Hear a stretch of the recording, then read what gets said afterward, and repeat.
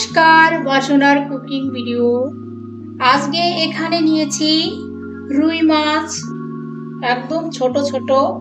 হলুদ, লবণ এখন হাত দিয়ে মাখিয়ে নেব।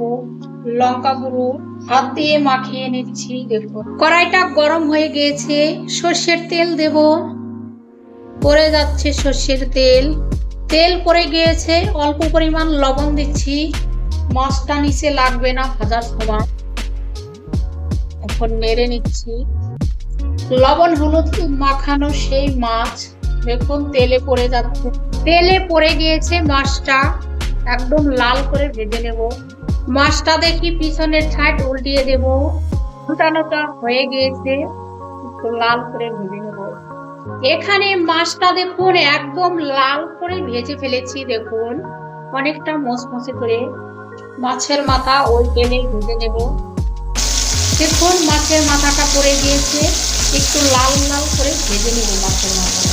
মাছের মাথাটা উল্টিয়ে নিচ্ছি। মাছের মাথাটা একদম লাল করে ভেজে নিয়েছি। দেখুন এখন উঠিয়ে নেব। এই দেখুন সেই মাছ ভাজা। এখানে আছে আলু, এই মাছের তেলে আলুটা ভেজে নেব। আলুটা দেখুন এখানে অনেকটা লাল করে ভেজে ফেলেছি, এখন নামিয়ে নেব। এই দেখুন সেই আলু, এখানে সেই ভেজে রাখা আলু দেখুন লাল লাল করে ভেজে ফেলেছি। ফোড়নের জন্য সর্ষের তেল দিয়ে দিচ্ছি, শুকনো লঙ্কা, জিরে। ফোড়নটা লাল করে ভেজে নেব। এখানে আছে কুচানো পেঁয়াজ দিয়ে দিচ্ছি, একটু লাল করে ভেজে নেব। পেঁয়াজটা দেখুন লাল করে ভেজে নিয়েছি, অনেকটাই লাল লাল করে ভেজেছি। এখানে আছে আদা আর রসুন বাটা একসঙ্গে বেটে নিয়েছি, দিয়ে দিচ্ছি। অল্প পরিমাণ হলুদ দিয়ে দিচ্ছি, নাহলে ছিটতে থাকে। একটু আদা রসুনটা ভালো করে ভাজতে হবে, নাহলে কাঁচা গন্ধ ঢুকে যাবে, তরকারিতে কোনো স্বাদ আসবে না। আদা রসুন আর পেঁয়াজ দেখুন একদম লাল করে ভেজে ফেলেছি। এখন দিয়ে দেব গুঁড়ো মশলা, অল্প পরিমাণ জল দিয়ে দিচ্ছি। হলুদ, লঙ্কা গুঁড়ো, ধনে গুঁড়ো, স্বাদ অনুসারে লবণ, সব গুঁড়ো মশলা পড়ে গিয়েছে। নেড়ে নেব, আরও সুন্দরভাবে কষতে হবে। এখানে দেখুন মশলাটা সুন্দরভাবে কষানো হয়ে গিয়েছে, মশলা থেকে তেলও ছেড়ে গিয়েছে। দেখুন একদম সুন্দরভাবে কষিয়ে নিই। এখানে আছে ভেজে রাখা আলু, এটা দিয়ে দিচ্ছি। মশলার সঙ্গে আরো একটু কষিয়ে নেব।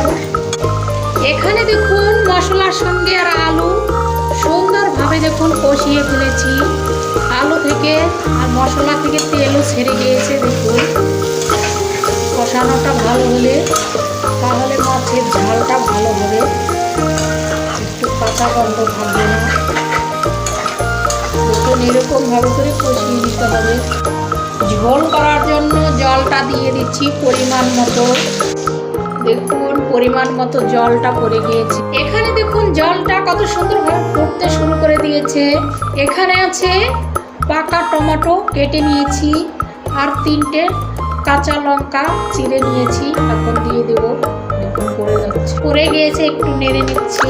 এখানে আছে জিরে, ভাজা জিরে আর বেটে রাখা গরম মশলা, দোনো একসাথে বেটেছি, এখন দিয়ে দিচ্ছি। দেখুন গরম মশলা আর জিরে একসঙ্গে দিয়ে দিচ্ছি। দেখুন কালারটা কত সুন্দর চলে এসছে। আর টমেটোগুলো একদম গোটা গোটা থেকে যাবে, ভাঙবে না। এখানে আছে ভেজে রাখা সেই মাছ, ছেড়ে দিচ্ছি। দেখুন মাছটা পড়ে গিয়েছে, রেখে দিচ্ছি।